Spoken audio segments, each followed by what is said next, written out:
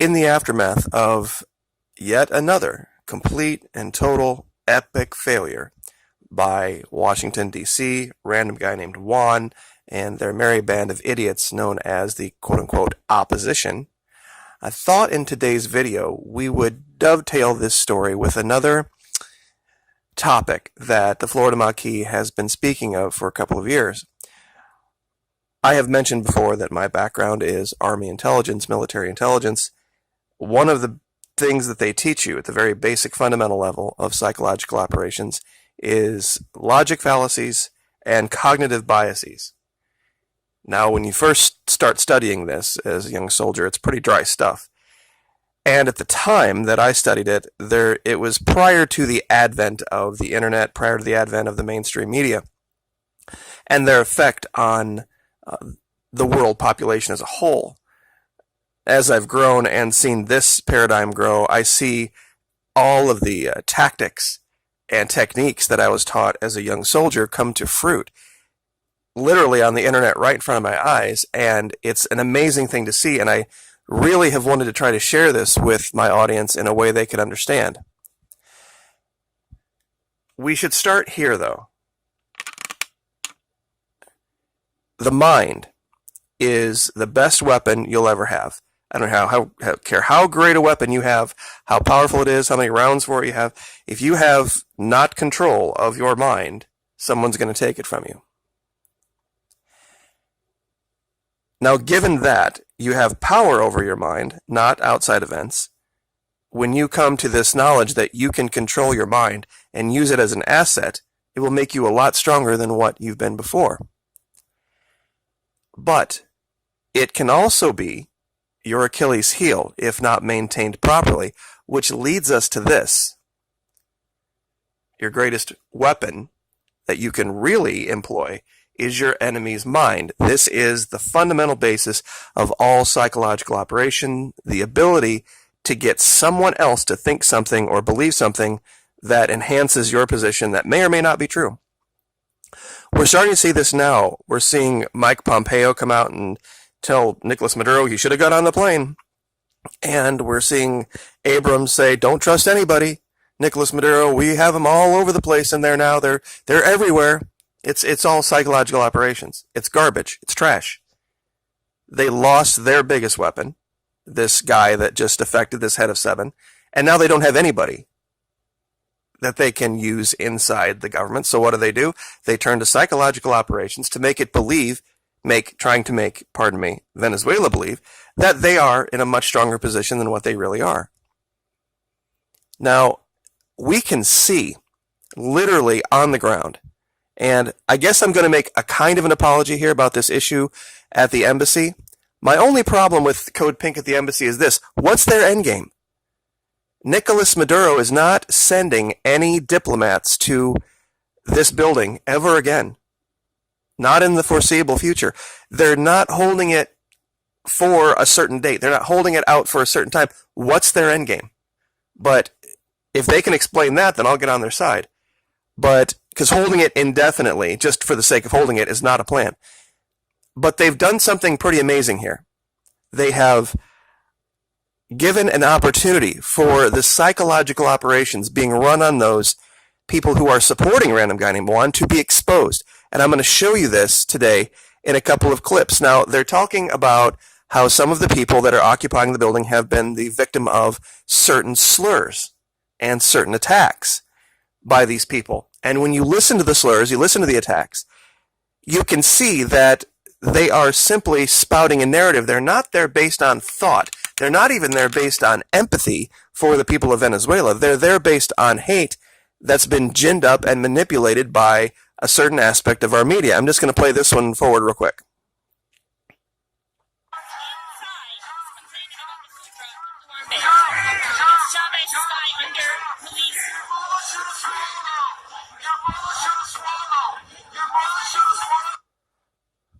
Okay, so in case you didn't hear what that guy said, he was basically telling people to jump from the building, saying they should kill themselves, and that their mother should have... I don't even want to repeat it. It's horrible. It's absolutely horrible, and I don't know if you can read it. I'll just let the words speak for themselves here because I'm just going to not let it come out of my mouth. But that's one. And here's another one.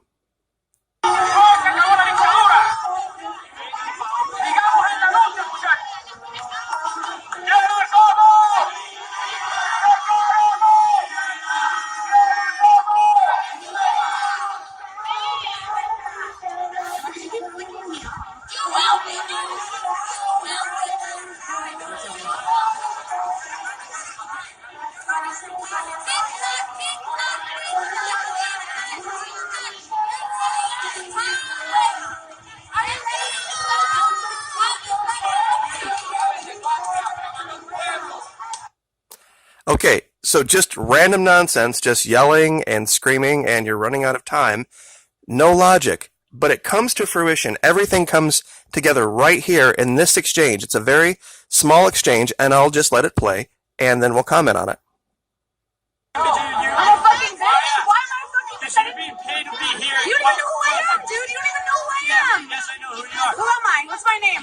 You're somebody who's supporting a dictator who's just killing people. That's who you are. So you're gonna go around and say fuck you, bitch? Yeah, I'm gonna say fuck you to everyone who supports a communist that kills people. Okay, well, you're gonna really have a good time getting people on your side talking like that. Okay, so his entire argument for throwing nasty words at this woman was, you are someone who is paid to be here to support a communist who is killing people, a dictator who's killing. I mean, he came to this realization on his own, really? But this is, it's emblematic. It really is it's a hallmark of psychological operations. People thinking, and this is kind of a hard thing to relate, they're under the impression that they are thinking when they're really feeling. And that's a great tactic to get people into an emotional state and then convince them that they're really in a logical state. And I'm going to hover over some of these 24 logical fallacies here to show you how many of them can be applied to the situation in Venezuela. All right, straw man is the biggest one, and we just saw an example of that. Straw man basically misrepresents a situation and then argues against you based on that misrepresentation. Nicolas Maduro is not a dictator. Nicolas Maduro is not responsible for the collapse in the price of oil that led to the problems in his country. But if you believe the mainstream media, he's a president who starves his people.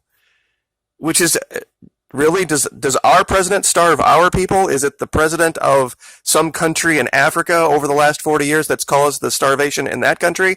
I mean, but of course that would require thought. But people are feeling when they've been convinced they're thinking. False cause is the same thing. Pretty much, it's a little bit of a different take on this, that two things have a relationship that don't. For example, Nicolas Maduro comes to power in 2014-2015, and that is when everything fell apart in Venezuela. Now, of course, we see these two things that happen at the same time, therefore we're going to assign cause to one. When really there were a whole bunch of other things going on at the same time that were causing this kind of a problem. The collapse in the price of oil affected countries around the globe. The difference is Venezuela didn't have access to the IMF, didn't have access to bank loans because of the sanctions placed by, actually, Barack Obama. Appeal to emotion. We see this all the time. Oh, look at the starving people. Oh, look at these poor children. Oh, look at these poor animals that are being taken out of the zoo and eaten and all this kind of silliness. We have starving people in America. We have 7 empty homes for every homeless person in America. But of course, nobody talks about that. All right, let's see. Bandwagon, of course. And if you are a Republican, or if you are someone who is in favor of the current administration, just to stay with the group, stay with the crowd, bandwagon, you will stay on the same sheet of music that it's the twilight of socialism, and Nicolas Maduro is a dictator, and he kills his people, and he's evil and terrible and horrible. Appeal to authority. Once again, well, if Donald Trump says it, it must be true. judging something good or bad on the basis of where it comes from or whom it comes from, the genetic fallacy, in a nutshell. Well, they come from south of the border, they're brown-skinned people, and every brown-skinned person I've ever met has been poor, so therefore. No true Scotsman. This is another common one that you can see. Making what could be called an appeal to purity is a way to dismiss relevant criticisms or flaws of an argument. I get this all the time. No real American would say the things you have about our government and the people of this country. You must hate your country and la la la la la. Psychological Operations 101. Ad hominem. When you can't win, once again, the guy that we just saw, you're an effing B. You're a horrible this, that, or the other. There was another clip I didn't show where they were attacking a woman for being indigenous. Quote unquote, you can see the India all over your face. That's a common thing in South America that you don't understand. Slippery slope. This is such a commonplace one, even in my comment section. We can't let China or Russia blah, blah, blah, blah, blah. It'll just be Russia's aircraft carrier. China will this, that, and the other. Forgetting how much land and how many businesses both Russia and China own in this country. If people really knew how much China owned and how much Russia owned in the continental United States, they wouldn't give a rat's ass about Venezuela. Forget the Chinese control of the Panama Canal, which they could turn the screws on at any point in time. I mean, it just goes on and on. Tu quoque. Avoiding having to engage with criticism by turning it back on the accuser. Like, for example, when I go after the government or I say, DC this, DC that, or DC the other, I'll get people to say, you remember 57 videos ago, you used the wrong conjugation of that verb. Therefore, because you made that mistake, you can't talk about anyone else's. That's tu quoque in a nutshell. Personal incredulity. When I lay out the case for what actually happened in Venezuela, because some people, because they don't hear it in the mainstream media, and they don't hear anybody reporting this, that story is too amazing for anyone to believe. This giant plot by DC to collapse the price of oil and it's just too incredible for anyone to believe, so therefore it's wrong. Moving the goalposts or making up exceptions is called special pleading, when a claim is shown to be false. This is another thing with socialism. When I started outing the amount of socialism that occurs in our country every single day, and therefore destroying this narrative that socialism always fails always, people start saying, well, that's not really the definition of socialism. Socialism is when the government owns the means of production and then thereby this, that, and the other.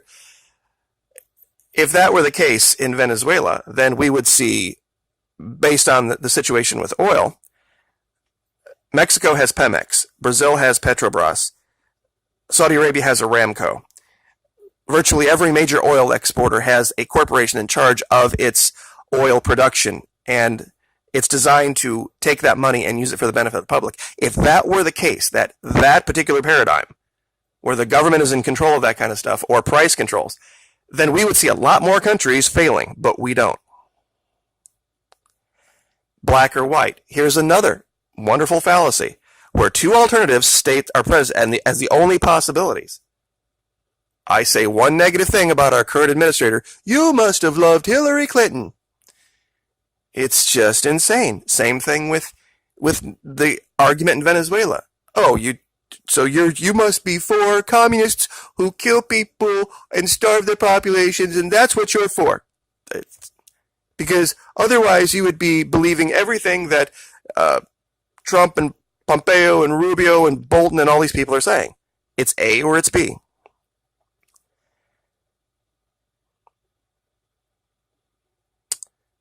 So you can go on and on and on. And I mean, and anecdotal evidence. And what's the other one that we always use here?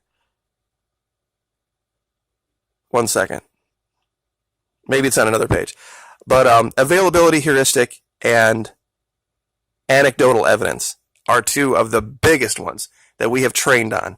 The availability heuristic is where you take information that is easy to access and you see all the time, and you overweight it as more important than any other information. This is the tactic the mainstream media uses, because they take one story and then it's plastered across 8 or 10 or different sites just with a little bit of language changed, and therefore you unconsciously use that as the basis of truth for everything else. Anecdotal evidence is taking one specific image, like, for example, 1 or 2 people digging out of the trash in Venezuela, and then saying, that's the whole country. See, look, there's a picture of somebody at a dump digging out of the trash, or look, there's a picture of a skinny person in Venezuela. Therefore, all 30 million people are starving.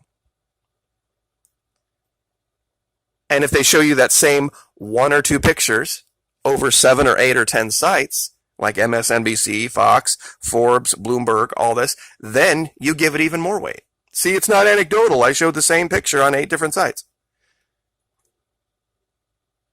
This is what drives me so nuts about the story in Venezuela, having been a former military psychological operator myself. It's easy to see once you know the tactics and techniques.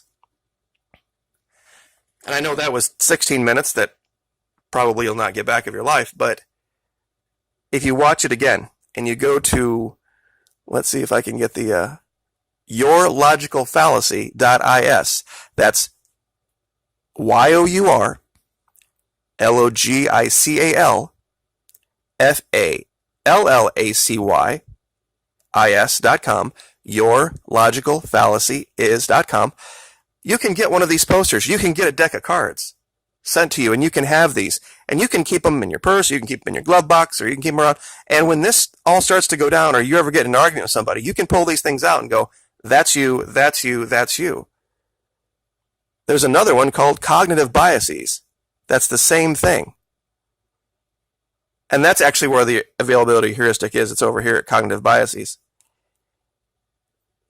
And you can go through these. And you can see these applying to the story in Venezuela as well. Let's see if I can find a good one. The Dunning-Kruger effect. The more you know, the less confident you're likely to be. Who remembers all those public service announcements that were the more you know? I think it was NBC, where they were trying to put out some little bit of information to make you believe something. Truly, the more information that you have bouncing around your head, the less confident you will be. It doesn't make you more confident. It doesn't make you more armed as far as just straight up facts or impressions of facts. Here it is, the availability heuristic. Your judgments are influenced by what springs most easily to mind. And how easy is it to believe, oh, look at the guy with the black mustache. That reminds me of Hitler and all the pictures I've seen. Nicolas Maduro. Therefore, he must be evil because the government says he's evil, and I agree with the government because I voted for the guy in charge of the government. Therefore, it's just a lack of critical thinking skills. It doesn't make the left correct in this because, once again, even Tulsi Gabbard, who supposedly is against intervention, still quoted the fake narrative in her attempt to knock down quote-unquote saber rattling. She made the allegation that there should be some negotiated settlement between Russia or China and the United States. There's no negotiated nothing. They are a sovereign nation, and they can make decisions for themselves. If they want to have Russia there, wonderful. We have Russia here, all over the place. If you don't think so, come visit the east coast of Florida.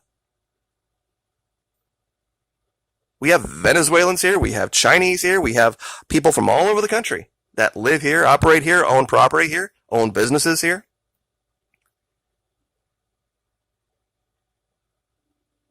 Declinism. You remember the past as better than it was and expect the future to be worse than it will likely be. That is pretty much the description of what got the current leader elected. Make America great again? When did it stop being? The people of America I've never attacked.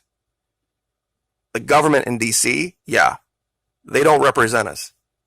They don't represent the people of Texas, Florida, Nebraska, North Dakota, Indiana, California. They don't represent us. and they haven't for a long time. So we'll leave it there. I won't waste a whole lot more of your time. But yourlogicalfallacy.is and